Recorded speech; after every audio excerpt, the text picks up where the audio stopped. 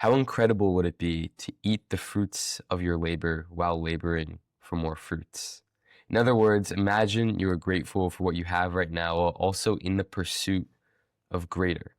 Welcome back to the Grateful Podcast. I'm your host, Jack Wagoner, and today's guest is 24-year-old founder of the Best Self Protocol, Tristan Gregoire.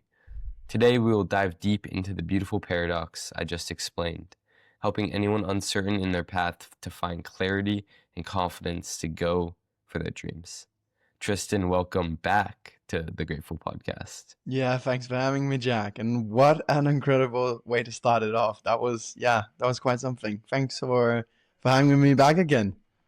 Yeah, I was literally yesterday just re-listening to our episode 66, and that part of it, the laboring for our fruits, wow, like that part was just so powerful. And I find it incredible how in alignment we are on this idea that we can enjoy what we have in this moment while pursuing something even better. That moving goalposts isn't a bad thing. It's just the pursuit of our potential is always there and always something that we can enjoy while we're doing it. Yeah, I definitely agree. And I think it's one of the big fallacies of the modern pursuit of success that we have to reach some kind of point in order to be successful. Sure, success means achieving what you set out to, but you can enjoy pursuing setting or achieving setting out to do something, right? Yeah, it's amazing. And I think that is the point of what we're trying to do here. Yeah. And where I wanted to start is you're 24, right? You've been on this journey, you said, for nearly 10 years. Previously, you're an overthinker. You were plagued by your extreme ambition and dreams, but your lack of agency to actually do anything about it. And 10 years later, you find yourself here with your own coaching program for people who struggle to find clarity in their lives. So how did that kid become who you are today? Wow, that's a good question. Yeah, I always saw myself, I've always identified, I think, with being a dreamer. So like wanting big things from life, wanting more from life, wanting more from myself.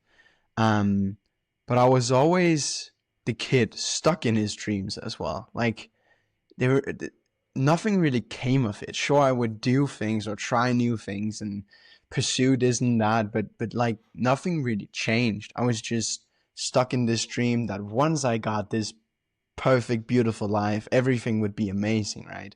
So I never lacked ambition. And I think, probably about 10 years. I think I was 14, 15 when I really started getting into, creating my vision board and finding, books to read and listening to, seminars or like speeches or TED Talks or what have you on YouTube, right? And I think it was a lot of trial and error, to be honest. Like a lot of trying stuff that didn't really work out, that wasn't really aligned with where I wanted to be or where I wanted to go even, but was somewhat steps in the right in the right direction. It definitely took the 10 years, and I'm still not there yet, right? Just enjoying the journey now and have moved quite far already. But it definitely took 10 years because I had no idea what I was doing. Like it was learning as you go, figuring things out as you go, becoming smarter and then learning some information, then doing one thing and then going back to the drawing board and this back and forth and constant reiteration, you could say. And that was really like the motivation of what I do now, helping people find the information, find the tools, find the principles, and utilize it all to make that journey not take 10 or, for some people it takes a lifetime, right? So it's really just presenting and sharing the ideas that made a difference in my life. But it's difficult to say looking back, like how did it all happen? It's a very good Hmm. question. I find it very interesting, like talking about watching YouTube videos and reading books and Yeah, listening to podcasts because I think information is so readily available right now yeah, in this culture, right? It's really hard for a lot of people, especially young people, to get from that information gathering stage mm, to that action taking stage. So mm, walk me through how you did that, how you made that transition, because it's very easy to just be caught in a loop of watching YouTube videos on how to improve yourself yeah, without ever taking the action on improving yourself. yeah. That's very, very, very important point to make. I think we almost have too much information nowadays. Like it can get too overwhelming, right? We listen to a podcast and we have so much information of how to live the perfect life or the perfect routine or the perfect sleep, the perfect diet, the perfect everything, right? And it's so difficult to take action towards it when you are in a completely different state or in a completely different situation or scenario. I didn't do this when I started, and this was why it took 10 years. But now I would definitely tell anyone just start small. Start by focusing on a couple different points. And I would encourage anyone that wants to improve or just in general. It doesn't have to be change your life, improve, but just create a better life for yourself to live in alignment with the principles of 1% better. Um, I think I got this from reading Atomic Habits back in the day of this 1% improvement every single day instead of like once in a lifetime changes or once in a while big changes. It's small constant improvement that makes a different or a difference. And I think that changed my mind a lot from this ambitious, stuck in overthinking, anxiety for action, dreaming state, instead to just, okay, what if I just wake up earlier tomorrow? What if I just start to eat a bit better? What if I just start to go to the gym like 3 times a week instead of every day? And then slowly but surely things compound. So that would be my advice to anyone listening now. And it took me a while to realize that. I think there's also a hierarchy of habits, right? Like Yeah. when we start Yeah. off, we should start. I mean, should's a strong word, but there's a few certain habits and a few things you can Mm. implement into your life that make it easier to go more downstream in other things. If you Yeah. start here, if you start with better sleep, better diet, Yeah. exercise, that's how you can learn a lot of basic discipline to then move into a more mental aspect or a Yeah. business side of things. So, I mean, it's interesting when you study successful people, a lot of them do start with very similar habits because they instill principles that are very transferable to other Yeah. things. Yeah. Yeah. I definitely agree. And I love you said principles because that is exactly what I've built my community and program around are the timeless principles. It's not a protocol for habits. This is the morning routine. It's more about these are the ideas, the principles that make up success for you. So I love you said that. Yeah. Walk me through what some of these principles are. Oh, that's a good question. Um, so I love how you said start, with some habits lower down in the hierarchy, right? And you mentioned these physical ideas a lot. So the core of, you could say, the best self philosophy, which the brand is called the best self, is that true personal success is the intersection between the spiritual, the mental, and the physical realm, but it's kind of like the physical and the mental are the foundation. And then you can transcend through it, as you also said, right? And it's insane that when you take care of your physical being, a lot of other things start to take care of themselves as well. And that would be, you could say, a foundational principle that if you eat well, if you sleep well, and you exercise, you move, and you kind of have those three in check, a lot of the mental things will already start to get better. You will already start to question your habits, your beliefs, your paradigms will start to shift by themselves because you see the world in a different perspective now. Um, that's, you could say, one of the core ones. And then we have more sort of rules. For example, the 1% rule or 1% compounding effect would be one principle. Another one could be, for example, the rule of always showing up. This is one I believe a Mm. lot in, that we have this all or nothing mentality often in this modern society, that we need to do something perfect or we kind of just don't do it. A lot of people are like that anyways. But why not just show up and do the absolute best you can in anything, right? Like 30% of your full capacity will always be better than zero. So that's another, you could say, ground principle and foundational principle that over time, no matter how you implement it, it will compound into something better. Imperfect action will beat the Yeah. perfect plan, right? Yeah, exactly. Yeah. I heard you talk about this idea of direction-based clarity around Yeah. that. Could you explain it? Yeah. So perfect segue into saying, imperfect action beats the perfect plan. And you could say it comes from my journey being a dreamer, being a planner, being the kid with the perfect vision board, exactly knowing what I wanted, but not really taking steps towards it. I had the perfect plan, but I wasn't really progressing towards it. Whereas when you figure out sort of around what you want, right? It doesn't have to be the perfect plan, the step by step, but you figure out this is the type of person I want to be.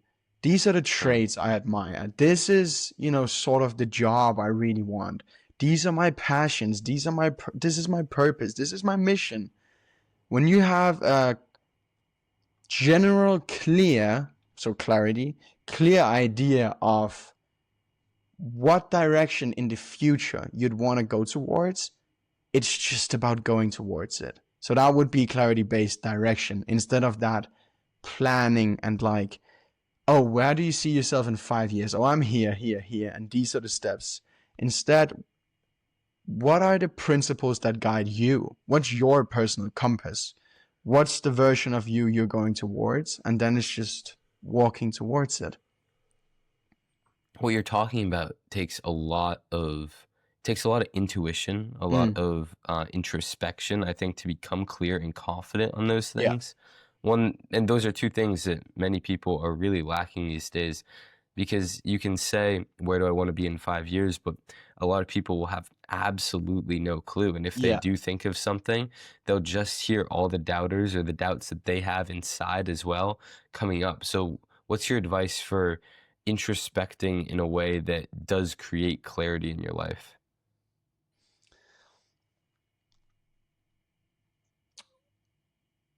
It might be scary for some because, as you said, we have absolutely no idea, so it's easier just to avoid it, right? Yeah. But we can go back to some of the foundational principles, which are just start small, 1%. Take it step by step, figure it out. And I think something as easy, this is what I did when I started. I started just journaling my thoughts down. I started asking myself questions. I started putting the camera on a tripod and just recording my thoughts without Mm. any agenda or anything, just getting to know myself. Because I think that's the core of clarity, of confidence. It's not being certain in things, it's being able to decipher and to find clarity in an uncertain situation. So you don't need the perfect plan or the certainty, because that's what we're fighting against. We don't want certainty. We want to know, and we want to have the belief that even in uncertain moments, we can make it through. We will be all right. The path will show itself. So I think Mm. that's what confidence comes from. And where it starts is just getting to know yourself more and more. That's where true confidence and where that direction and where that clarity comes from.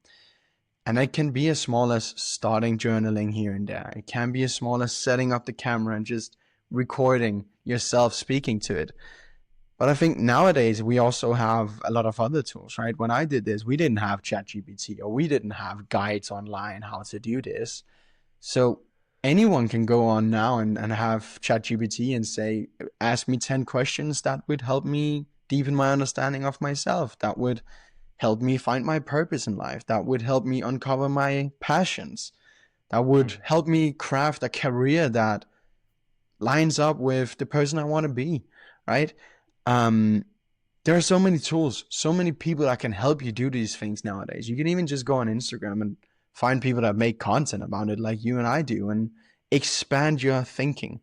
I would say that's a key. You have to change your perspective, because if you stand in the same place you've always been in and try to see more of what you've seen, it's very difficult, right? You have to mm. change your physical perspective, your physical location, in order to see things differently. And with that in mind, I also just think everyone has ideas that they maybe just haven't really, you know, discovered more or really gotten into. Like, where do you see yourself in 5 years? Oh, well, I don't know. Well, everyone might, at least that's what I think. Everyone has some kind of like fire or some kind of like idea when you say that. Where do you see yourself in 5 years? Maybe they don't know, but where do you want to see yourself in 5 years? That's maybe a different question. There will be some ideas, and then it's just about exploring those ideas and moving closer towards them, walking the path, and then realizing that maybe that idea you had was not it at all. But now you've gotten closer to what you actually wanted to. So, progress, walking, taking the steps will always get you closer, even though it feels like maybe you're just realizing that it wasn't where you wanted to go. And I think Mm. that's the importance of that imperfect action, even when you're uncertain, even when you don't know. That's the point of it. I think so many people would see that as a failure to Yeah. take steps, to take action, and realize, okay, this isn't actually where I wanted to go. But that reframing of it Mm. as just becoming more clear, because Yeah. now you have an option that you can be confident in saying no to is so powerful. It reminds me of the Buddha, right? If Mm. you've read Siddhartha by Hermann Hesse, uh, Siddhartha had many different periods. He had a period of living in the woods for 15 years and saying no to everything else in the world. He had a period of becoming a hedonist and uh, going into the town and being a businessman and living for sex and money. And all of these different things, they weren't his purpose, but they were paths that he had to take in order to say, this isn't my path. And so your reframing of that is really important. But my question that arises from that is how much of realizing that comes from these tools that you're talking about, and how much of it literally just comes from spending time alone by yourself? I think that's hard and very difficult to quantify. I think it's very individual, very personal how your path is. And I think that's why the tools or the principles are so useful, because they don't create a step by step plan. They simply give you tools to your toolkit that you can use on the path. However, the tools will never work if you don't do the work, right? A hammer will not put a nail in wood by itself. You have to swing the hammer, right? So that is what these principles and these ideas and philosophies are. They are tools. You can use them on your path. I think answering this question is actually really, yeah, great question. Um, it's not one I've thought a lot about before, because the people that I work with mostly are the people that are willing to walk the walk, right? So That's important. the tools make their journey easier. That's the power of the tools. But if I had to choose, you would never get where you wanted to go with just the tools without walking, right? You could even picture yourself, someone being at the foot of the mountain and the mountain top, and they have the perfect toolbox, but they're just looking at the toolbox, right? They're not getting anywhere. Whereas the person who's climbing, who's walking with no tools, will make more progress, right? So I think the willingness to put yourself out there, the willingness to take steps, the willingness to fail, as you said, is probably the most important, because it is also not failing. It is the action of succeeding. See, I wanted to dive into this because it is such an issue at the forefront of our culture, with technology becoming absolutely amazing. I mean, Mm, the technology we have at our disposal is incredible, but instead of really pushing people forward, it seems to just be um, lowering the effort that we think we need to yeah. put in, right? Yeah. Because of this technology that's supposed to aid us, it's like this scale that balances out. As the technology increases, we lower our effort. Mm, But the thing is, the barrier to entry for being exceptional has never been lower, because yeah. so many people are lowering their expectation of the work that they need to put in. So Mm, now that we do have more amazing tools that are going to make it easier for us to climb the mountain, that doesn't mean we don't still need to put in the effort to climb the mountain. It yeah. just means that when we do try to climb the mountain, we will have more tools at our disposal to help us along the way, to help us troubleshoot, right? Yeah. And that's where people are getting mixed up, because there's all these messages around the extreme power of AI and how much it can help you and how you can make all this passive income, but people's search for the quick fix is just taking away from when they could just be putting in some effort now, slowly accumulating and making progress faster than ever before by still doing the Mm, work. mm. Yeah. It's scary and it's a paradox.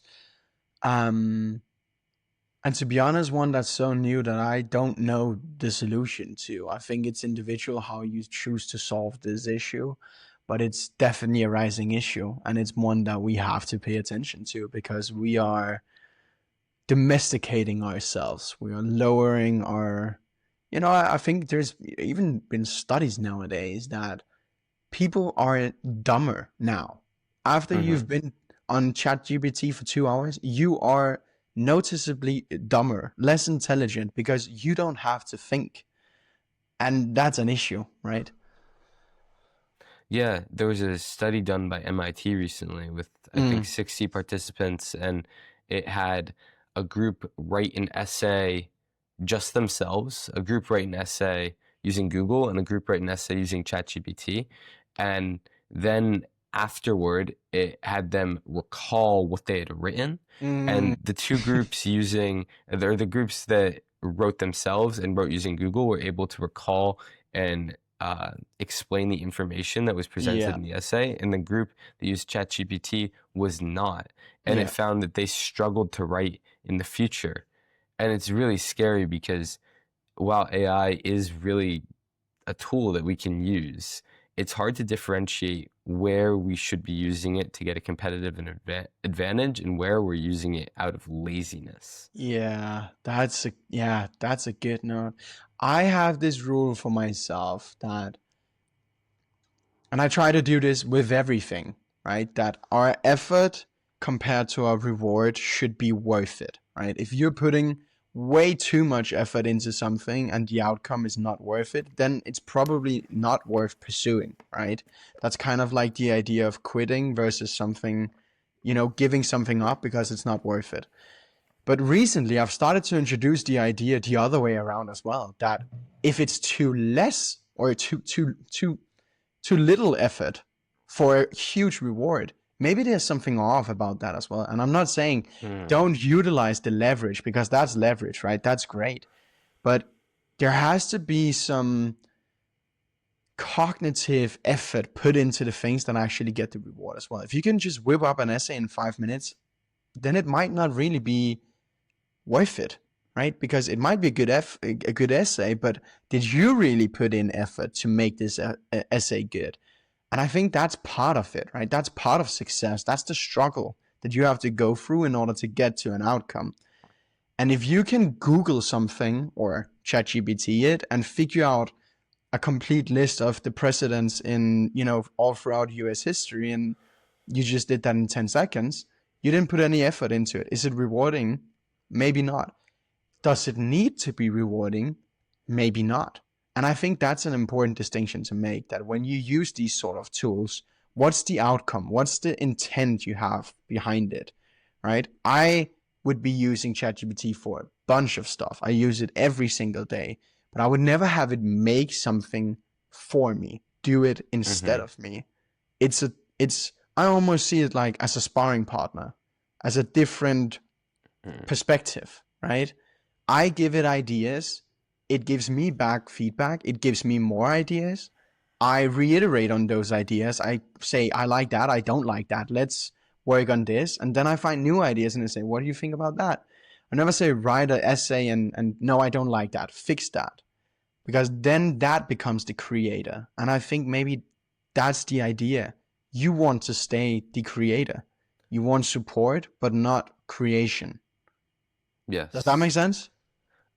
I think it really does. And what it points to is a fallacy that we spent almost our entire conversation last time talking about, which is the hyperfixation on the outcome, right? Yeah. The society is so, and it starts in school, right? We're ingrained to think about the outcome and optimize for the highest outcome, the highest grade. And ChatGPT can help us with that outcome, but we completely disregard the process, right? And if we want to build a truly fulfilling life, we're never going to reach the outcome that we're setting for ourselves because we're setting our goals so high. And it's a field goal post that are constantly moving and moving backwards. The only way we're going to find fulfillment is through enjoying the process, through enjoying the pursuit of our potential. And things like AI and all the technology we see is just fast tracking us to the outcome without any of the meat in between where we actually learn and grow. And it's concerning to think, what does that imply for the everything else? If we're using it for essays, what does it imply for the way that we're going to chase our goals in our lives? You know what I mean? Yeah, definitely. And you even got me thinking. It's almost taking the domestication we've learned now, or the processes we've learned that has made us domesticated through social media of the instant gratification. It's almost taking that to a new level, right? Because 10 years ago, you could Google something and find the answer, but it's never been this easy to find a complex solution to something, for example. And it just takes away the pursuit. It takes away the journey. It takes away the process. And don't get me wrong, there are times where this is super handy, where it's super useful, where it's convenient. But I think we need friction in life sometimes. Well, I think we need it a lot of times, but I think sometimes we need to choose friction. Because the friction, as you say, is what makes the effort worthwhile. It's what makes us fulfilled in the moment, or when we actually get further ahead on the path. Because it's not as we are here, we want to get here, let's get there as fast as possible and then we'll be happy. That's the fallacy, right? It's often the journey in between that makes it worth it. And sure, if you just need a recipe for dinner tonight, maybe it's not worth it to go through 500 different spices and try them everything out and figure out what works and what doesn't work, put in that effort. Maybe it's easier to just Google it or use ChatGPT. But we are teaching ourselves to not put effort into things. And I think we need to choose that with caution. Be more intentional. Exactly as you said. Yeah, it takes discernment. Like, what is the thing that my input is needed to move the lever on, right? And I think with content creation, we have a real a good perspective on this, because ChatGPT is not going to create viral content, but it can help us figure out and study data to Mm, help figure out mm, what that is. Um, yeah, it is just a tool that we can use. But my question for you is, where in your life do you think you need you the most? Where is it the most important that you are showing up, and not any um, type of aid that's going to instantly get you to the outcome? Where is it the most imperative that Tristan shows up mm, and mm. gets him there? I think it's difficult to say most important, but I love the question. I probably think the question, now speaking about the process, I think the question in itself is so rewarding, and probably something I will even urge people now, like looking forward to think about. Because what a question. Where is it important that you show up? Where is it important that you are authentic? Where is it important that you are you, right? Um, I think that question, that pondering about the question, is very rewarding. Hmm. For me to give an answer, um, I think it's everywhere. Like it's you won't be able to have meaningful relationships that are built on the backbone of an algorithm or a data point or a data set. But you will also not be able to go to the gym and figure out, get the best feeling in your body without listening to your body. If you only looked at your Whoop or your Aura Ring and you always decided what your workout was going to be, in relation to that, you wouldn't have the best workouts. Some of the best workouts you have, feeling wise, body wise, mentally, are the ones where you look at your Whoop and you have 48% recovery and it says you should take an easy day. And you go out there and you push through it and you feel amazing afterwards, right? So we can't just be made up by data. We have to be, I love this saying, like Tom Bilyeu always says that we are biological beings having a human experience. I think it's Hmm. such a fascinating way of putting the human experience, because we are biological beings and we need to take that into account, right? My Whoop data is super appreciated. It tells me if I feel good or not, but it's not the full picture. We still have to be part of that, right? So before getting on a complete tangent, it's hard to say. I don't know where the most important area would be, but I would say,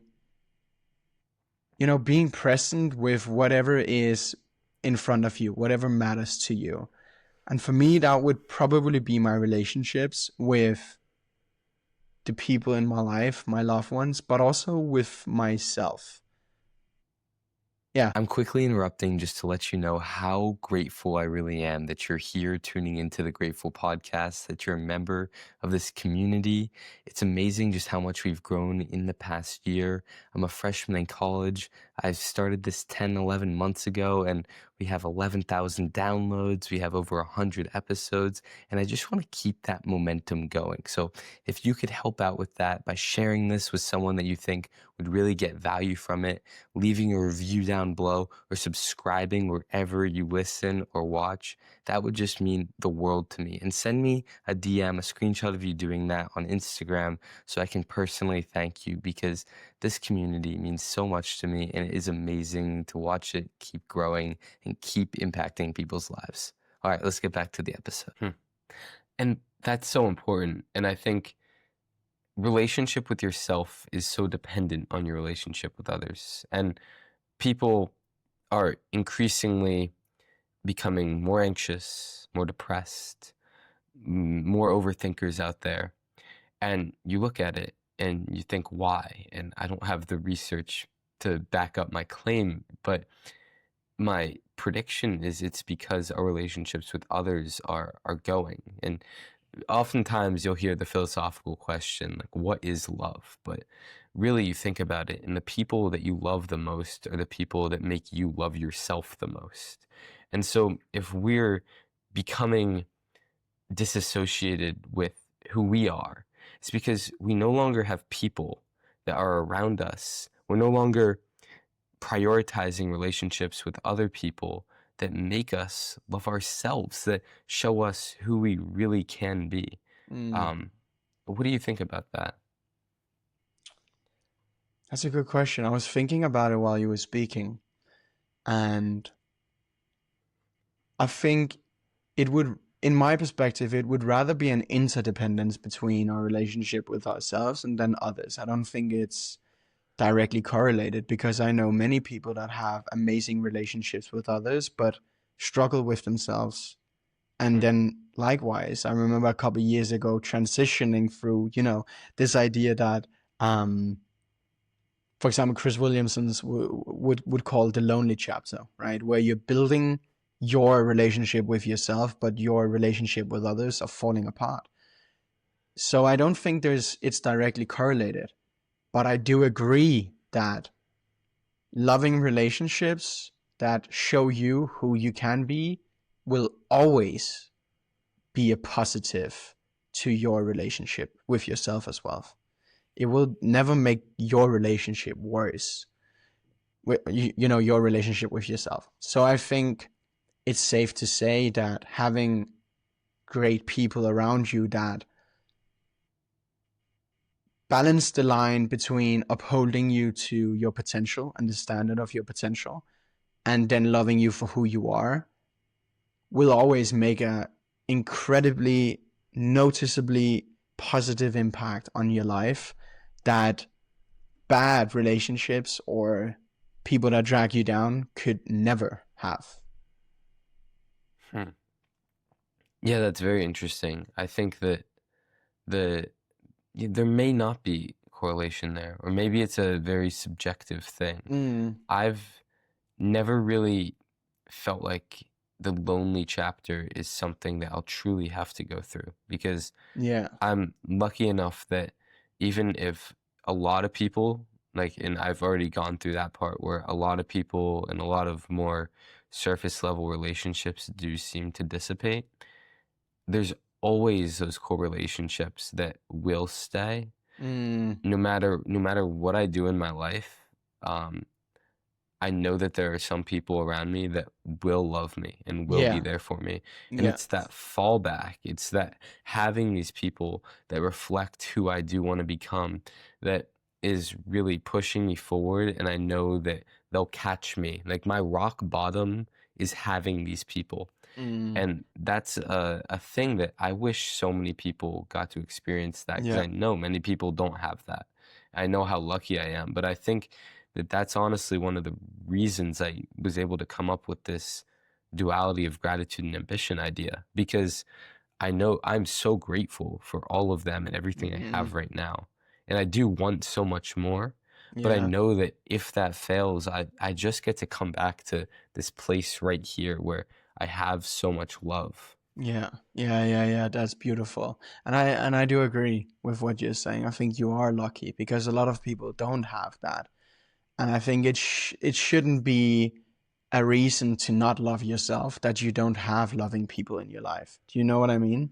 Um, Yes, yes, and I I think got you. often when, if we even dare to go into that, we create our own reality as well. So you don't need other people to love you in order to love yourself, because loving yourself will make other people love you as well.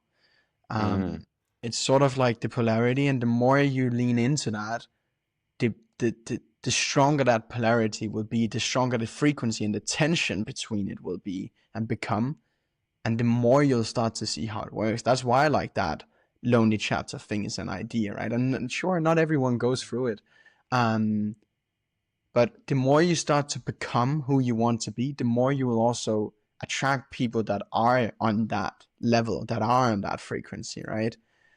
right, And perhaps you are just lucky that you have people already who are above you, so to say, in the frequency spectrum, right? But I think a lot of people don't. They feel that they are in a bucket full of crabs, maybe, or the now you're in the UK, the tall puppy syndrome, right? Or the tall puppy, what is it called? Like the effect that everyone tries to bring each other down at all times, right? And Mm. it's impactful. It impacts you, but I don't think it limits you. So when you say loving yourself, what Mm, do you mean by that? that's a really good question. I think loving yourself is the same as loving others. And for me, it's a philosophical question I've pondered a lot lately, to be honest. Because what is love, right? As you said, that's a question that everyone can ask. I think the purest amount of love you can have is simply letting go of all expectation and loving someone unconditionally for what they are, for who they are. Not having any expectations to making them be a certain way or improving or letting go of all their, vices. I think that's the purest form of love where you simply wish them good for who they are. But I don't think it's the most, well, and I don't want to fall into the productivity modern society trap, but I don't think it's the best form of love. In my perspective, the best form of love, the love I would always choose above that, would be the love of someone who, as I said before, balances the duality between pushing you and upholding you to a standard of the potential you do have, but also being acceptant and supportive and understanding of who you are, because we are who we are, right? So people need to love who you are, but they need to support who you're becoming. And I think that's the exact same thing for yourself. Because how could you be okay with yourself if you always tell yourself you need to be better? If you always want more, if you always tell yourself you need to get to this point before I'll want to love myself. That's tough love. That's ambition. That's expectation. Sure, it's for a better or for the better and it's supportive, but it's not necessarily kind. It's not necessarily, supportive of the moment. But you also don't want to be the person that's just like, I am who I am. I cannot change. I don't want to change. I am who I am, and it will always be that way. So I might as well just get to understand and love myself, right? I think it's the balance between enjoying who you are, but enjoying the process of becoming someone you want to be as well. Yeah, that is beautiful. And it does go back to that balancing the duality of gratitude and ambition. It goes exactly back to that. And it is so amazing how these solutions, they all seem to be so paradoxical. Life is such a paradox. It's so hard to actually pinpoint something, and it's because it's just experience. Like, we learn through experience and wisdom, and there is not anything that either of us could say right now, or anyone could say on a podcast or in conversation, that really, really defines it or unlocks it. And I think that's beautiful. I think that's one of the most amazing things, that it is something that is undefinable. We cannot describe it with our words. It's beyond words. Yeah, I completely agree. My life completely changed when I shifted my expectation of life, almost you could say, from I want to achieve XYZ, I want to be XYZ, I want to do XYZ, to simply say life is a story that we are writing every single day, and the purpose of it all is simply to write. There is no ending to it. There's an ending to it, but there is no goal. The goal is to experience it. And I think that was just, if I had to give a guess to what could unlock it, it would be that. Like, the meaning of life is to live life. It's to experience it. The highs and the lows, the successes and the failures, the sickness, the health, the vitality, the traveling, the staying stuck at home, the rain and the sun. It's everything. That is what makes life. Life is not, just coconuts on a beach, but it's also not just struggle until you are in the big stage and you're the biggest singer in the world. That's part of life. But life is an arc of experiences. It's a story being written. So yeah, appreciate you saying that. That brought me back to that. And that, yeah, I think that for me at least, it's personal to everyone, but that is the meaning of life to me.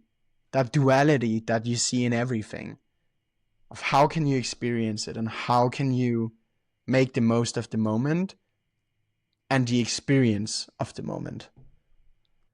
Right. How can we amplify this to its fullest extent? Yeah. Like what is, and that goes back to seeming like trying to maximize, but it is what I'm trying to do. Like this time that we have, it is a limited resource. So how can we squeeze the most juice out of this limited time that we have?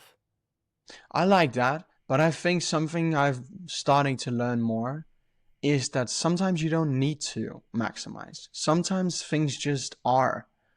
And that's the present moment, right? Sometimes we don't need to fit more into the day. Sometimes we just need to enjoy the day.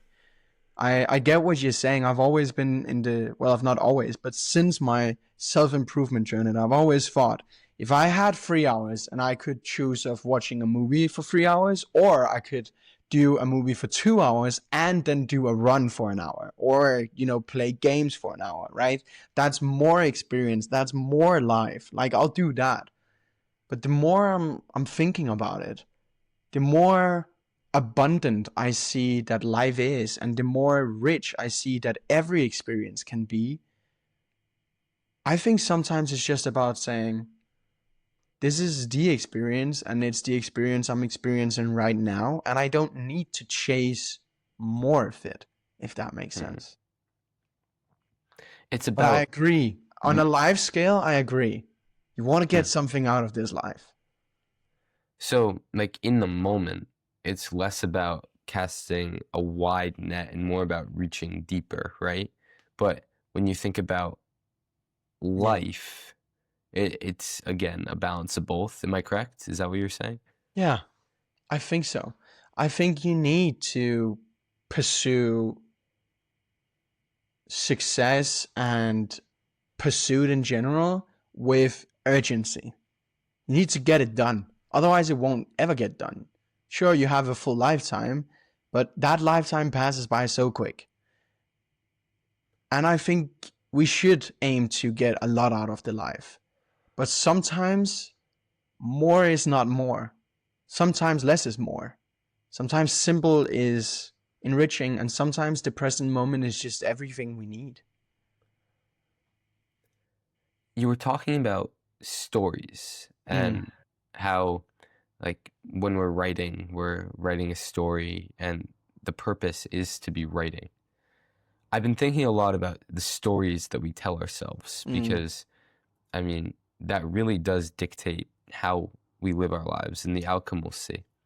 Both of us are trying to create on social media. We've been doing it for a long time. And a lot of people would see the follower counts we have if they were in our shoes and say, oh, this isn't working. I might just give up. But the story I tell myself is, no, that's not what this is saying. This is just it's like my Rocky training arc, right? This is where I have the doubters, and this is the point where I differentiate myself and I push through. And it's that story that we tell ourselves that will dictate the outcome. Because if you believe yourself to be kind of overcoming and the underdog, and that's your story, it's what you'll make happen.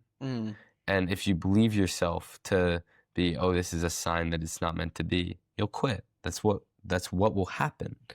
So what stories do you tell yourself in your life? How do you implement this role of storytelling into creating your best self? Yeah, amazing question. The story you tell about yourself to yourself is the most important thing you ever create, right? You are the creator. You are the author of your story. I think it comes back to the clarity-based direction, but for me, a key pillar of the best self protocol, becoming your best self, is your best self character. It's knowing who you want to be and why and how, how you show up, why you show up that way. Looking at the people that inspire you, the people you aspire to be like, the people you respect. Once you have that, you have an ideal, you have an idea of a character, of a person. And then it becomes acting in accordance with that person. Because once you do, you'll start to have evidence that you are that type of person. And with evidence, you can start to create a story that you are actually this person. You shift your mindset, you shift your perspective to feel like that person. And I think it's the same exact process for anything in life. You can have an idea, you can implement what it would take objectively, not from your perspective, but objectively. What would it take to get to that point? And you can start doing it.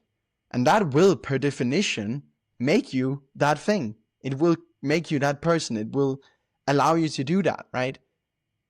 It doesn't, if you don't feel like a business owner, but you are selling your speeches or keynotes for 100 grand per speech, and it's going into an entity, and you have a bookkeeper to keep it safe and secure and managing your taxes, you are a business owner. It doesn't matter if you feel like it or not. Per definition, the action will equal the identity, you could say. So it's so crazy how what we tell ourselves and how we see things is what we feel like, right? And what determines our reality. But it's also an insane cheat code, because you can, per definition, just change your beliefs. You can just change what you think of something and you'll see it differently, right? I don't want to go on too much of a tangent, but it's such an incredible question. You can feel like the underdog. You can feel like that person pushing through something. And we all have seen the super viral clips of Alex Hormozi saying, the harder it is, the more worth it I know it's going to be, because it means that not other people will go through it. And that will mean I can go through it, right? That's the story he's telling himself. It will be so worth it on the other side because not other people are going through it. So it makes it worth it. Or you can tell yourself the story that it won't be worth it because it's not meant to be and I'm not meant to go there, as you said, right? Or you can completely shift your mindset and say, I simply just enjoy making content. My idea is to make content. And I don't care if I have 600 followers, but putting out a video every single day is my metric for success. I love making content. I love putting out content. I don't care for that.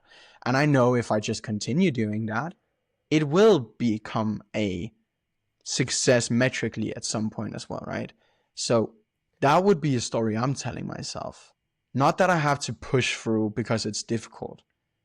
I completely remove the difficult part of it. I don't think it's difficult. I don't think it's a sign of failure.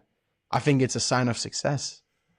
That when you continue pushing, when you continue showing up, even though you are not getting all the metrics that everyone else would be chasing, that's success. It reminds me a lot of the idea of the three versions of ourselves, where there's who we want to be, who we are, and who we think we are. And as you've said, true success is found when we align all three of those things. Yeah. And I think that can really only be done through belief. There was this study done, and it found that most people think of themselves as who they think others think they are. So their identity, it's not who they think they are. It's not who others think they are, but it's who they think others think they are. And our beliefs about ourselves, if that's what we're limiting ourselves to, that's what we'll become. We will limit ourselves to what we think others think we are. But if we can expand that and tell ourselves stories about who we want to become, why we're doing this, it kind of fantasize about our life a little bit, make it seem a little more magical, then we're going to be able to align those three things of who we want to be, who we are, and who we think we are. Yeah, that's beautifully said. I have this. I'm not familiar with the study, but it sounds about right. And I have this exercise framework theory, call it whatever you want, inside the protocol of the your funeral visualization. So essentially, you visualize yourself at your funeral, and the exercise walks you through, what's written in the cards, what are the speeches, what are the people that were most prevalent in your life, your colleague, your mother, your sister, your friends, your spouse, your kids, whatever it might be. What are they saying about you? And it highlights this fact that we are, the sum of what other people see or what they think. But I also think our own perception of ourselves is super important, right? We have how others see us, we have how we think others see us, and then we have how we see ourselves, right? And I think those three should also be in alignment. Then you are, per definition, showcasing or living in alignment with the idea of who you want to be, but also in reality, because that's how other people see you as well, right? If you have an idea of yourself being this loving, this kind, this respectful person, but everyone else thinks that you are obnoxious, that you are loudly speaking, that you are, it doesn't correlate, right? So then your idea doesn't matter compared to the others. So brushing someone else's opinion off will not get you to alignment, but only living off based off of others' opinions will also not create the identity that you want. So I think it's very important what you're saying, and I think it's a very important distinction to make, that we need to shape it in a way that it all fits together. At least that Right. that that is the way we find the most realistic picture of who we are. Yeah, because it's unrealistic to think that other people's opinions are irrelevant because they Yeah, do observe you in an exactly. objective sense. So we can't completely write them off. And Yeah, it's also unrealistic to think that they know everything because they don't.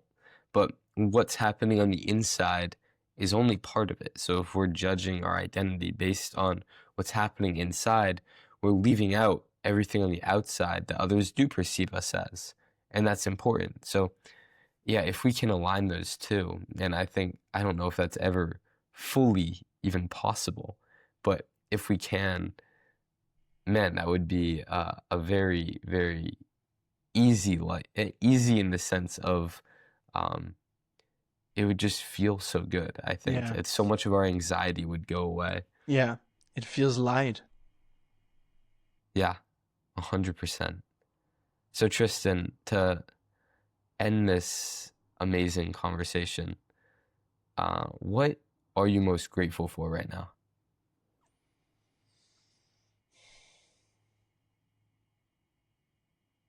Man, that's difficult to say. I mean everything.